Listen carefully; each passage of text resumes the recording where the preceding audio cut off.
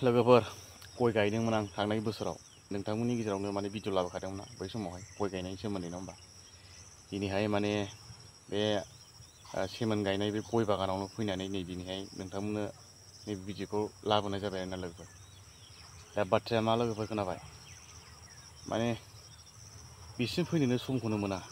दिनै फुङावनो आं दसे नायफैबाय अबस्थाखौ नुबाय नायसै आफा माने हाग्रा दुफुजोब्बाय आरोना लोगोफोर।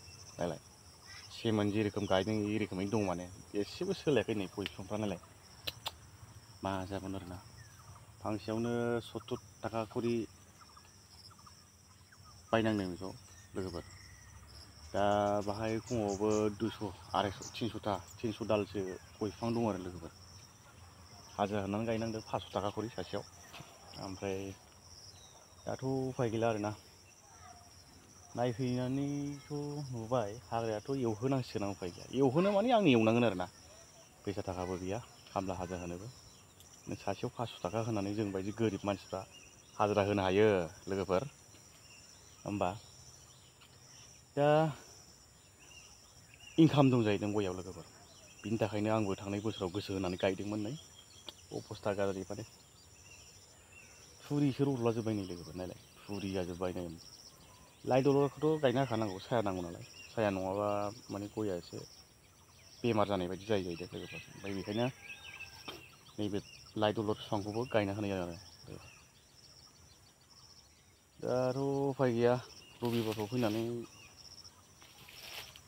एवफैनांसिगोन आं लोगोफोर। गोजान जायो आरोना बे हाया जोंनिफ्राय एसे गोजान जायो ओरैनो 6 किल'मिटारसो जागोन बेनिफ्राय गोजान आरोना लोगोफोर। आंबो गारिसो फैदों नै बाइक लानानैसो। ओरै दं गायजोबदोंमोन नै साफ्फा गाहाय गाहाय जाजोब्बाय नै ओरै फारसेया लांदां जानानै दं माने ओमफ्राय ओरै फारसेया फुरा हाग्रा जाजोब्बाय ओरैजाय नायलाय ओरै थुरि दं नै खावसे लोगोफोर थुरि दं आरो बे हाख्ल' हुख्लआवथ' नै नायजाला हाख्ल' हुख्ल' नुदोंना लोगोफोर। ओरै साइडजों ओरैजों बेरा मालाय बै मालायफोरनिसो बैयो मालायफ्रा एवजोब्बाय नै ओरैजाय एवनो मोना नै दाबो खम जालालै हाग्रा गुदुथारलै लोगोफोर। माने आमोखाफोर दंलाजोबो गिनानैनो हालासो आं ओंखायनो जायगा दाबसेयावनो थानानै भिडिअ बानायबाय आरोना लोगोफोर। माने ओरैबायदि जायगा देन्जार फाग्लासो ओइ गन्थं गोलावफोर दंलाजोबो आरो बे आसोर लान्जाय गोलावफोरबो दंलाजोबो माने जायगाया ओंखायनो हालासो आं जायगा दाबसेयावनो थानानै भिडिअ बानायबाय आं लोगोफोर। ओइसिम नुहुरजोबखायो नै ओरै बागाना ओरैजाय बै नुहुरनायसिम ओरै गुवारा ओरैजाय नै बै बेरा नुनायखौ नुबायना ओमफ्राय एकदम हौरै आरोना बै बेरा होजोबनाय ओरैजाय गेजेर मा खालामबावनो मावनायाथ' मावखानांगोन आं उफाय गैया आरोना लोगोफोर।